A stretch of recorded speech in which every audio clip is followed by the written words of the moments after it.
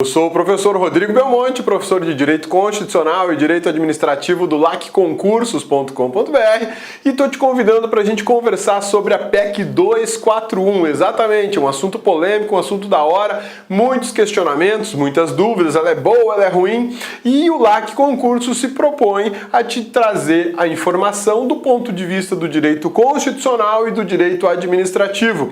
Não é uma conversa política, não é uma conversa partidária. A nossa proposta é te mostrar, do ponto de vista do direito constitucional, o que é bom ou o que é ruim na PEC 241. Belezinha? Vamos lá? Vamos conversar sobre a PEC 241 e a tônica dessa discussão serão as inconstitucionalidades do novo regime fiscal da União. Preste atenção no que está escrito aqui. Inconstitucionalidades do novo regime fiscal de quem? União. Eu não estou falando de estados, municípios ou DF. Eu estou falando da União, porque a PEC 241 ela foi feita para a União. A proposta da nossa conversa passa justamente por isso aqui, aspectos gerais da PEC, análise e conclusões, beleza? Vamos em frente então? Aqui tá aspectos generais, o cabeça já vai arrumar porque de general não tem nada aqui, né? Olha lá, ó, gerais, aspectos gerais da PEC, né? Pronto, agora tá arrumado. Vamos lá? Aspectos gerais da PEC, análises e conclusões. Vamos adiante. Aspectos gerais da PEC. O que tem de interessante, o que você precisa saber inicialmente sobre esse assunto? Olha só, é uma proposta de emenda constitucional para alterar o ato das disposições constitucionais transitórias, muito conhecido como ADCT. O que é ADCT, cabeça? ADCT é o puxadinho da Constituição. É o puxadinho da Constituição. Vou te falar. A Constituição Federal de 1988, ela tem um texto que a gente pode chamar de texto principal. Texto principal, tudo bem? São os 250 artigos da Constituição da República. Acontece que ela possui um anexo, né? Vamos pensar no anexo, num puxadinho. Este anexo é o que a gente conhece como ADCT. São textos constitucionais, mas de caráter transitório. E a PEC a PEC 241, ela tem caráter transitório, um transitório quase que permanente, né? Porque ela está sendo preparada para 20 anos. Eu nunca vi um transitório, um provisório ter quase 20 anos. Mas tudo bem.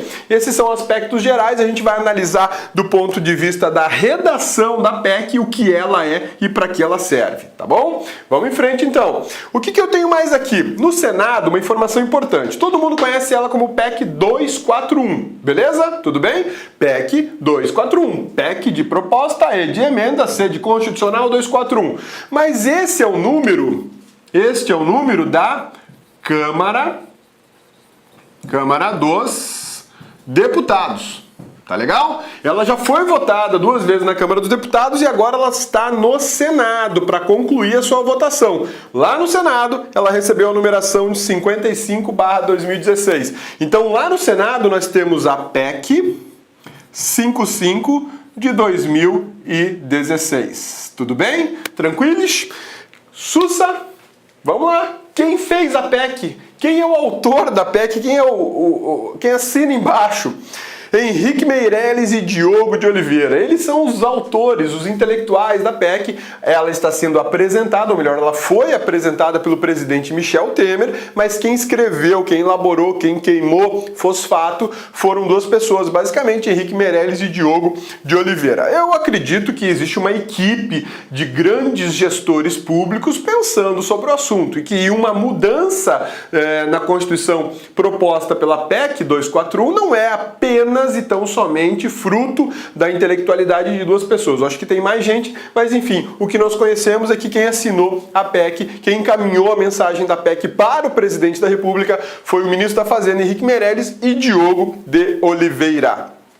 O que mais que a gente tem aqui? Destinatários da PEC. Ótimo! Isso aqui é uma informação super bacana e importante que você, meu amigão, você bonitona, que assiste as nossas aulas lá, que concurso, está se preparando para concurso público e está preocupado, né? Você, cidadão que está preocupado com a PEC sem saber se vai ser ou não atingido de forma positiva ou negativa, vocês têm que saber o seguinte: a PEC 241 ela é destinada, ela é dirigida, ela é direcionada agora para a União. Olha só, administração pública federal, direta e indireta, inclusive estatais dependentes. Todos os poderes da União, incluindo aí TCU e Ministério Público da União, que não são poderes, mas eles estarão sujeitos às regras da PEC Federal 241. Por que PEC Federal? Porque essa regra só vale ou só valerá, caso seja aprovada, para a União e os poderes da União. Que poderes da União? Judiciário, Legislativo e Executivo. O TCU não é poder, então ele entra como órgão autônomo. Aqui TCU, Ministério Público da União, não é poder, então ele entra como órgão autônomo. E todos os demais órgãos da administração pública federal que sejam dotados de autonomia administrativa e financeira. Exemplo, DPU. O que é DPU? Defensoria Pública da União. A Defensoria Pública da União está inserida na estrutura administrativa do Executivo. O Ministério Público não, o Tribunal de Contas da União não, mas a DPU ela faz parte da estrutura da administração pública do Executivo. Só que ela possui autonomia financeira e administrativa. Ela diz quanto custa o trabalho dela, né? Isso é normal, isso é natural de uma administração que tem um poder gerencial e que garante a independência de atuação de determinados órgãos. Já pensou se o Ministério Público não fosse dotado de autonomia financeira e administrativa? Ele só poderia fazer aquilo que a União desse para ele, sem ele poder dizer, poxa, eu preciso de mais dinheiro porque eu preciso realizar mais atividades. Então, os órgãos dotados de autonomia administrativa e financeira, que são garantias constitucionais, serão atingidos pela PEC 241, mais órgãos federais. Belezinha? Sussa! Isso aqui, cabeça, aqui que são estatais dependentes, são aquelas estatais que precisam de dinheiro da administração pública para se manter. Digamos que os Correios estão lá quebrados, sem grana. Então eles vão pegar grana lá no cofre da União e falar assim, olha, eu preciso pagar a folha de pessoal, manda dinheiro. Ela depende de recursos públicos. Diferentemente do Banco do Brasil, da Caixa Econômica e da Petrobras, que produz riqueza suficiente e não depende dos recursos dos cofres da União. Eles têm dinheiro próprio, eles produzem riqueza própria, tá bom?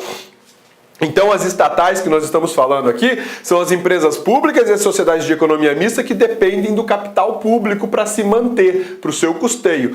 Daqui eu excluo Caixa Econômica Federal, Banco do Brasil e Petrobras, a não ser que a quebradeira desses três aumente e significativamente que eles tenham que depender do capital da União, do dinheiro da União, melhor dizendo, tá bom?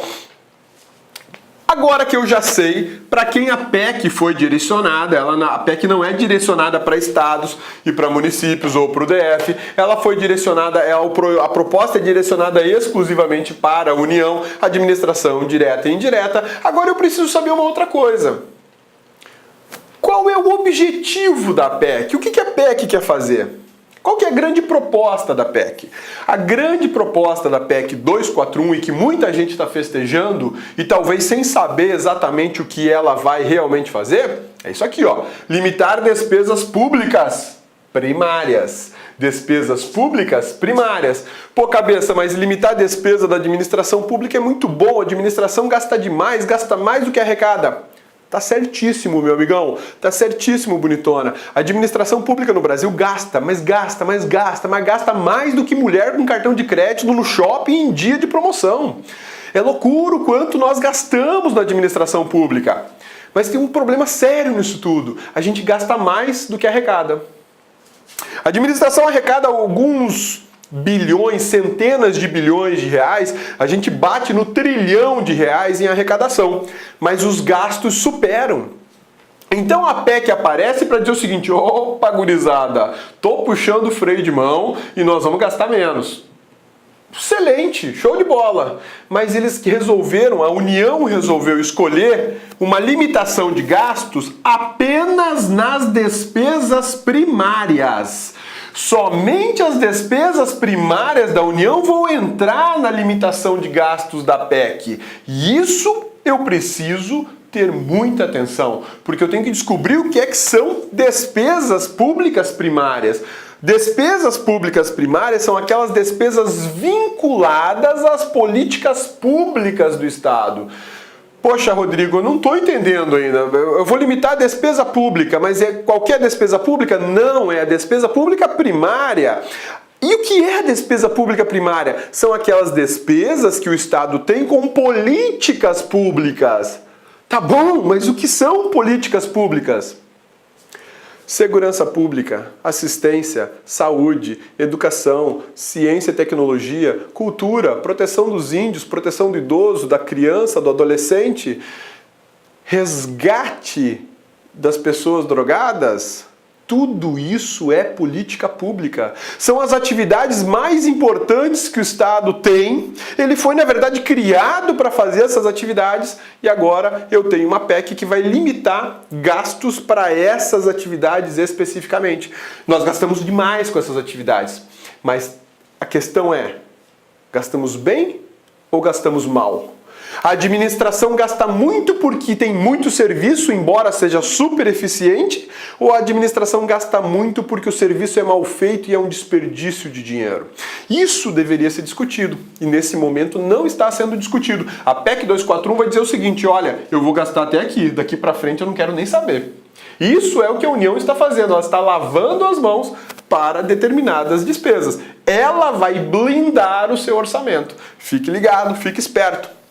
Serviços públicos primários do Estado, do Executivo, do Legislativo, do Judiciário, do MPU, do Tribunal de Contas da União e da Administração Indireta. Todas as despesas públicas primárias que envolvam os poderes Executivo, Legislativo, Judiciário, envolvam o Ministério Público da União, o Tribunal de Contas da União e a Administração Indireta, de forma geral, autarquias e fundações e as estatais que dependem do dinheiro da Administração Pública Federal terão suas atividades, a execução de serviços públicos primários limitados pelo dinheiro. Não será limitação de serviço, mas será limitação do dinheiro para manter o serviço, tá? Como será o limite de gastos? A gente já descobriu para quem a PEC foi direcionada, já descobriu o que ela quer limitar, agora eu preciso saber como ela vai limitar essa despesa. Isso é extremamente importante. A despesa ela será individualizada por despesa e por poder. Eu estou criando com essa regra o artigo 102 do Ato das Disposições Constitucionais Transitórias. Então perceba, eu tenho Executivo. Vamos fazer na canetinha preta que aparece melhor, né? Eu tenho o Executivo Federal, ok? O Legislativo Federal. Essa canetinha preta tá ruim. Vamos para outra, né?